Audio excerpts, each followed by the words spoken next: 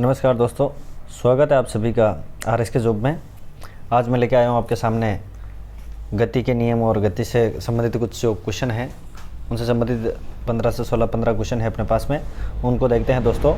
तो सबसे पहला क्वेश्चन है आज का, शुरू करते हैं। सूर्य से ऊर्जा उत्पन्न होती है। सूर्य से जो ऊर्जा है वो किस कारण से उत्पन्न होती हैं? आयतन द्वारा, नाभिक के संलयन द्वारा, या फिर नाभिक के विखंडन द्वारा, या फिर चौथा ऑप्शन अपना ऑक्सीजन के द्वारा। तो दोस्तों सूर्य से जो ऊर्जा उत्पन्न होती है वो नाभिक के संलयन के द्वारा उत्पन्न होती है। किसके द्वारा? नाभिक के संलयन के द्वारा ऊर्जा उत्पन्न होती है। नेक्स्ट क्वेश्चन है, यदि पृथ्वी का द्रव्यमान वही रहे और त्रिज्या 1% कम हो जाए तब पृथ्वी के तल पर जी का मान, जी यानी गुरुत्वाकर्षण, ग्रेविटी का जो मान है वो कितना बढ़ जाएगा? तो दोस्तों पहला ऑप्शन है अपने पास में 0.5% बढ़ जाएगा, 2% बढ़ जाएगा, 0.5% कम हो जाएगा, 2% कम हो जाएगा।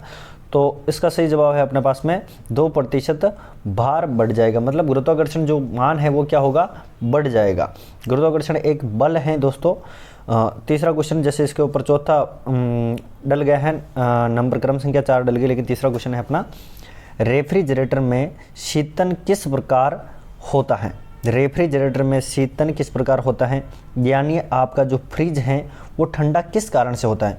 फ्रीजर में जमी हुई बर्फ के द्वारा, संपीड़ित गैस के साहस प्रसार द्वारा, वाष्पशीत द्रव के वाष्पन द्वारा, या इनमें से कोई नहीं। तो अपना राइट आंसर होगा दोस्तों वाष्पशीत द्रव के वाष्पन के द्वारा क्या होता है? रेफ्रिजरेटर जो है आपका फ्रिज है उसके अंदर शीतन होता है, यानी ठंडक पैदा होती है। न्यूटन का द्वितीयक नियम है। न्यूटन का द्वितीयक नियम है। न्यूटन का द्वितीयक नियम क्या है? क्रिया और प्रतिक्रिया का नियम, जड़त्व का नियम, त्वरण का नियम, दूरी और दिशा का नियम। देखिए दोस्तों, दूरी और दिशा का नियम तो न्यूटन का है ही नहीं। दूसरी बात, क्रिया और प्रतिक्रिया का नियम ये है अपना नियम नंबर तीसरा। जड़त्व का नियम जो है ये है आपका पहला, और त्वरण का नियम जो है वो क्या हो जाएगा? अपना सेकंड नियम हो जाएगा। तो अपना राइट आंसर क्या हो जाएगा दोस्तों? सबसे सही आंसर होगा वो क्या होगा? त्वरण का नियम। न्यूटन का द्वितीयक नियम है उसको क्या कह सकते हैं? त्वरण का नियम कह सकते हैं अपन। ठीक है दोस्तों, नेक्स्ट क्वेश्चन है अपने पास में, गति के नियम का प्रतिपादक कौन है? यानी गति के जो नियम हैं वो किसके द्वारा दिए गए थे? एरिस्टोटल के द्वारा। एरिस्टोटल, न्यूटन, जेबिनेस और गैलीलियो। तो दोस्तों ध्यान रखना, एरिस्टोटल ने किसको परिभाषित किया था? बल की खोज की थी। किसकी खोज की थी? बल की खोज। और न्यूटन ने क्या किए थे? गति के नियम दिए थे। और जेबिनेस का मालूम नहीं मेरे को, लेकिन गैलीलियो जो हैं, गैलीलियो ने 2 खोजें की थी दोस्तों। एक तो जड़त्व की खोज की थी। किसकी? जड़त्व की खोज। और दूसरा इसने एक दूरदर्शी यानी दूरबीन जो है उसका भी आविष्कार किसने किया था? गैलीलियो ने किया था। ठीक है दोस्तों, इसको भी ध्यान में रखना, वेरी इंपॉर्टेंट क्वेश्चन है ये। अगला जो क्वेश्चन है दोस्तों अपना वो है, प्रेशर कुकर में खाना जल्दी पकता है। क्यों पकता है? भाप के इकट्ठा हो जाने से दबाव बढ़ता है। प्रेशर कुकर का पानी खाना पकाने में सहायक होता है। प्रेशर कुकर में भाप व्यर्थ नहीं हो जाती है। प्रेशर कुकर भारी होता है। सही जवाब होगा वो होगा अपना, प्रेशर कुकर में क्या होता है? भाप के इकट्ठे हो जाने से दबाव बढ़ जाता है, और दबाव बढ़ने से अच्छी चीज़ें होती हैं वो पक जाती हैं। तो खाना क्या चीज़ है दोस्तों? इसलिए सही आंसर क्या होगा अपना? भाप के इकट्ठे होने से दबाव बढ़ जाता है। नेक्स्ट क्वेश्चन है आपका, कोहरे में आर पार दिखाई नहीं देता है क्योंकि कोहरा प्रकाश को अवशोषित कर लेता है। दूसरा ऑप्शन है, कोहरे का अपवर्तनांक अनंत होता है। प्रकाश कोहरे में बूंदों पर परावर्तित होता है। प्रकाश कोहरों में बूंदे द्वारा बिखर जाता है। तो सही आंसर होगा, कोहरे में आर पार इसीलिए दिखाई नहीं देता है दोस्तों अपने को, क्योंकि प्रकाश के अंदर जो बूंदे होती, मतलब जो कोहरे के अंदर जो बूंदे होती हैं, जो नमी होती हैं, उन नमी को प्रकाश क्या करता है? पार नहीं कर पाता है और उनके टकरा के बिखर जाता है। तो सही आंसर क्या होगा? प्रकाश कोहरे में बूंदों द्वारा बिखर जाता है। नेक्स्ट क्वेश्चन है दोस्तों अपना, कि हम बिजली की चमक को पहले देखते हैं और बादलों की गड़गड़ाहट यानी कड़क या गड़गड़ाहट बाद में सुनाई देती हैं। क्यों? ऐसा क्यों होता है कि बिजली चमकती है वो पहले दिखती है और बादलों की जो गड़गड़ाहट है वो अपने को बाद में सुनाई देती हैं? कान आंखों की अपेक्षा कम संवेदनशील होते हैं? ऐसा नहीं हो सकता। आंखें तुरंत देख लेती हैं। ध्वनि नम हवा में कम गति से चलती हैं।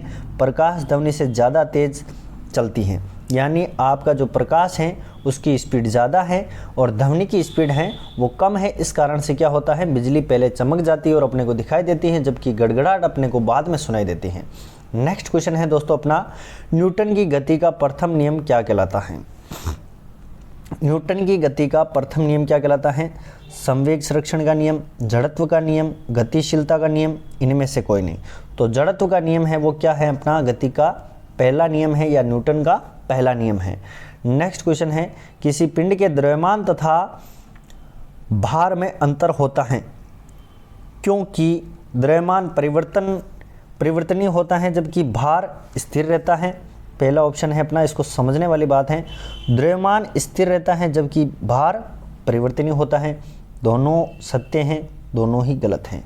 ये वेरी इंपॉर्टेंट क्वेश्चन है दोस्तों, जो पहले पिछले कई एग्जामों में आ रखा है और सारे के सारे जो क्वेश्चन मैं लेके आया हूँ आपके सामने वो किसी न किसी आप ट्रैक कर सकते हैं बिल्कुल बाकायदा। ये क्वेश्चन पिछले कई न कई एग्जामों में पूछ रखे हैं, जो एग्ज़ाम पॉइंट ऑफ व्यू के हिसाब से मैं लेके आया हूँ।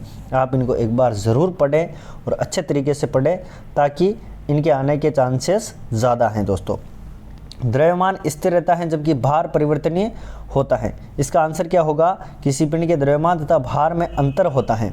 यानी द्रव्यमान में क्या अंतर होता है, द्रव्यमान हमेशा स्थिर रहता है जबकि भार क्या होता है, परिवर्तनीय होता है। कैसे होता है, जैसे ध्रुवों की ओर जाने से क्या होगा, अपना भार है बढ़ता है घटता है, ऐसा होता रहता है, लेकिन द्रव्यमान हमेशा वही रहेगा। नेक्स्ट क्वेश्चन है अपना, किसी असंतुलित बल द्वारा किसी पिंड में उत्पन्न त्वरण। बहुत ही अच्छा क्वेश्चन है दोस्तों, इसके बारे में आपको मैं बता देता हूं कि ये क्वेश्चन पिछली बार भी आया था। जैसे वरिष्ठ अध्यापक का जो पेपर लगा था उसके अंदर भी आया था कि किसी असंतुलित बल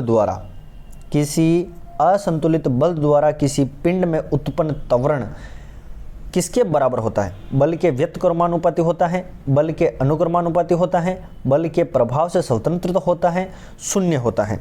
चार ऑप्शन है अपने पास में। बल के व्युत्क्रमानुपाती होता है, बिल्कुल गलत, व्युत्क्रमानुपाती नहीं हो सकता। और बल के प्रभाव से स्वतंत्र होता है, बिल्कुल गलत, शून्य कभी हो नहीं सकता। तो इसका राइट आंसर क्या होगा, बल के अनुक्रमानुपाती होता है। नेक्स्ट क्वेश्चन है अपना, बहुत ही अच्छा क्वेश्चन है, थोड़ा लैंग्वेज क्वेश्चन है, लेकिन दोस्तों इसको ध्यान से देखना। ये क्वेश्चन आ रखा है, किसी भी स्थिर या गतिशील वस्तु की स्थिति और दिशा में तब तक कोई परिवर्तन नहीं होता है जब तक उस पर कोई बाह्य बल सक्रिय नहीं होता है। यानी गति का पहला नियम क्या कहलाता है, न्यूटन का, कि यदि कोई वस्तु स्थिर पड़ी है तो वो पड़ी रहेगी जब तक उसके ऊपर कोई बाह्य बल सक्रिय नहीं होता, यानी किसी भी दूसरा बल अध्यारोपित नहीं किया जाता है, तब तक वो उसी अवस्था में रहती हैं। जब उसके ऊपर कोई बल कार्य करता है तो वो अपनी स्थिति में परिवर्तन होता है। तो ये गति का कौन सा नियम है ये पूछा है। न्यूटन का गति का विषयक प्रथम नियम, न्यूटन के गति का विषयक द्वितीय नियम, न्यूटन के गति का विषयक तृतीय नियम और गैलीलियो का गति का विषयक नियम। तो सही आंसर होगा दोस्तों अपना ऑप्शन नंबर ए, न्यूटन का गति का विषयक प्रथम नियम होगा।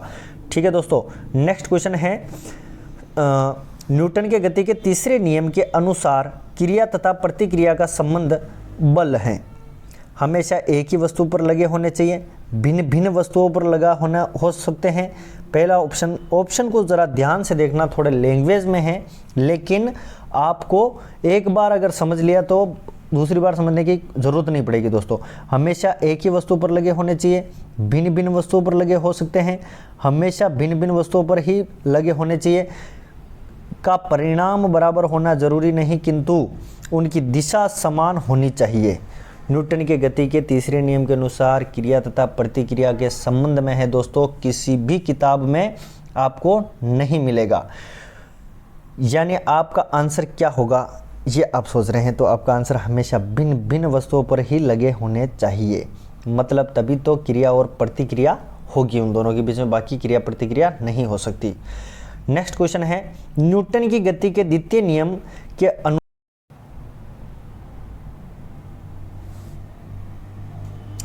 तो दोस्तों अपना जैसा अगला नेक्स्ट क्वेश्चन है, न्यूटन की गति के द्वितीय नियम के अनुसार निम्न में से कौन सा कथन सत्य है। इससे जड़त्व की परिभाषा ज्ञात की जाती है, इससे बल की परिभाषा ज्ञात की जाती है, इससे संवेग संरक्षण सिद्धांत प्रतिपादित होता है, उपयुक्त तो सभी। तो दोस्तों ध्यान में रखना, न्यूटन की गति के द्वितीय नियम के अनुसार किसको परिभाषित किया जाता है, इसको ध्यान में रखना। यह नियम हमेशा बल को परिभाषित करता है। किसको परिभाषित करता है? बल को परिभाषित करता है। ठीक है दोस्तों, नेक्स्ट क्वेश्चन है अपना, नेक्स्ट और लास्ट क्वेश्चन न्यूटन की गति के नियम में से, प्रत्येक क्रिया के बराबर व विपरीत दिशा में एक प्रतिक्रिया होती है। ठीक है, तो न्यूटन का गति का विषयक प्रथम नियम, न्यूटन की गति के विषयक द्वितीय नियम, न्यूटन की गति के विषयक तृतीय नियम, उपयुक्त में से कोई नहीं। तो क्रिया प्रतिक्रिया नाम आते आपका कौन सा नियम हो जाएगा? तृतीय नियम हो जाएगा दोस्तों। ठीक है दोस्तों, तो इसी प्रकार से मेरे साथ में बने रहिएगा। डेली अपना अलग अलग सेशन होगा और डेली के डेली टॉपिक वाइज और जो पिछले वर्षों में पूछ रखे हैं क्वेश्चन उनको ही मैं यहाँ पर आपके सामने लेके आऊँगा। तो आप सभी लोगों का धन्यवाद, और आप सभी लोग अधिक से अधिक शेयर करिए और अपने दोस्तों के साथ में शेयर करिए, इसको लाइक करिए, और अगर अच्छा लगे तो कमेंट करके बताइए, और अगर कोई कमी रह गई है तो आप कमेंट बॉक्स में कमेंट करके बताइए ताकि मैं उसका सुधार कर सकूँ। धन्यवाद दोस्तों।